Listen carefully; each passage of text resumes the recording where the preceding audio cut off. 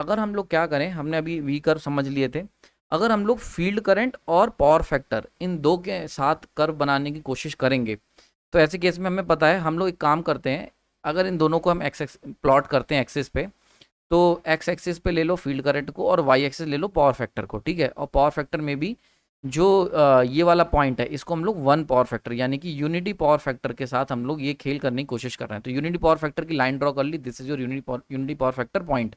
तो ये हो गया यूनिटी पावर फैक्टर का पॉइंट हो गया, और ये जो लाइन है ये फील्ड करंट को रिप्रेजेंट कर रही है, ठीक है, समझ में आ गया।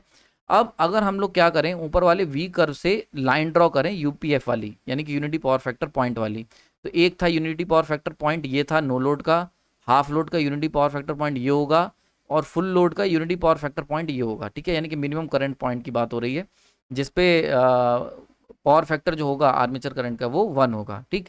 तो अगर हम ये ड्रॉ करें तो सबसे पहले नो लोड का कर्व बनाओगे तो ये नो लोड का कर्व बन गया।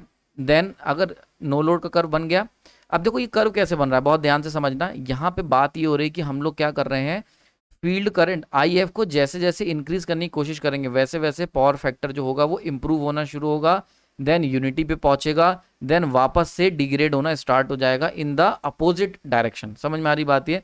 तो जैसे फॉर एग्जांपल यहाँ पे पावर फैक्टर कितना था, लीडिंग पावर फैक्टर था, तो ये कर्व यहाँ पर क्या होगा, लीडिंग पावर फैक्टर होगा। तो जैसे जैसे फील्ड करंट बढ़ाने की कोशिश करोगे नो लोड वाले सिंक्रोनस जनरेटर की, तो वैसे वैसे क्या होगा, power factor leading power factor से इंप्रूव होते होते यूनिटी की तरफ जाएगा।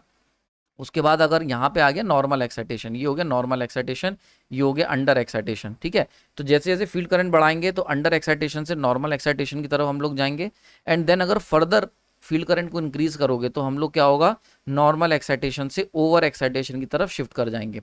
तो हम लोग जब नॉर्मल पे आ गए, ये अंडर थे और ये हो गए ओवर, तो हमारा कर्व कहाँ से आ गया, लीडिंग पावर फैक्टर से यूनिटी पावर फैक्टर पे आया, and then lagging power factor की तरफ शिफ्ट हो गया। तो कर्व वापस से क्या होगा, लैगिंग पावर फैक्टर की तरफ शिफ्ट हो जाएगा, ठीक है।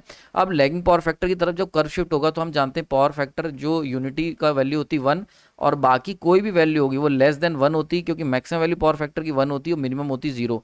तो ये कर्व जो है कुछ इस तरीके से इनके बीच में घूमेगा। तो अगर 1 की वैल्यू को हम स्टैंडर्ड मान लें, जो हमने ये लाइन मानी है 1 पे मान लेते हैं, पॉइंट लिया हुआ है, तो फील्ड करंट जैसे जैसे बढ़ाओगे वैसे वैसे पावर फैक्टर जो होगा 0.2 से मान लेते हैं एग्जांपल के तौर पे, 0.2 से शिफ्ट करते करते 0.4, 0.8 एंड देन फाइनली 1, ये हो गया लीडिंग।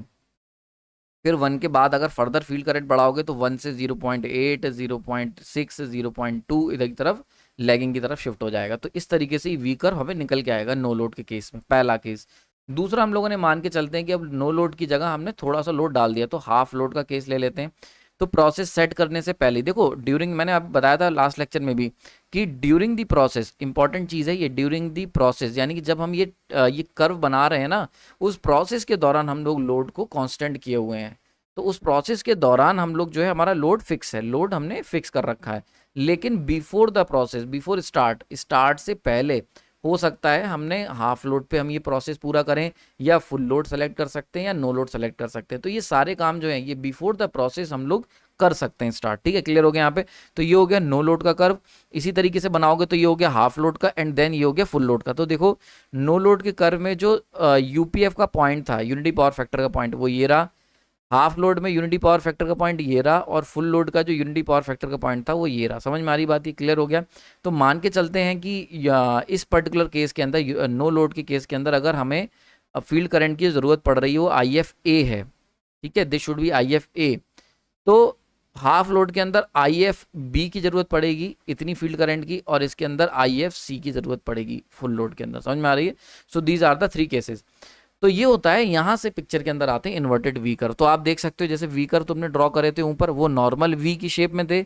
जब हम पावर फैक्टर और फील्ड करंट के बीच में ड्रॉ करेंगे तो वो हमें इस तरीके का इन्वर्टेड वी कर्व देखने को मिलेगा। क्लियर हो गया, यहाँ पे समझ में आ गई होगी। इसकी थ्योरी थोड़ी समझ लेते हैं। तो यानी कि यहाँ से एक इंपॉर्टेंट मैसेज जो हम बहुत दिनों से मतलब पुराने लेक्चर्स में मैंने आपको बता रखा था, दोबारा यहाँ पे थोड़ा सा क्लियर कर देता हूँ। तो अगर आप चाहते हो कि यूनिटी पावर फैक्टर की करंट हमारी फ्लो करे, चाहे वो नो लोड हो, हाफ लोड हो, फुल लोड हो, तो फील्ड करंट नो लोड के केस में आई एफ ए होगी, ठीक है, बहुत ध्यान से समझना। आई एफ ए मैंने अभी बताया ना, आई एफ ए होगी नो लोड के केस में।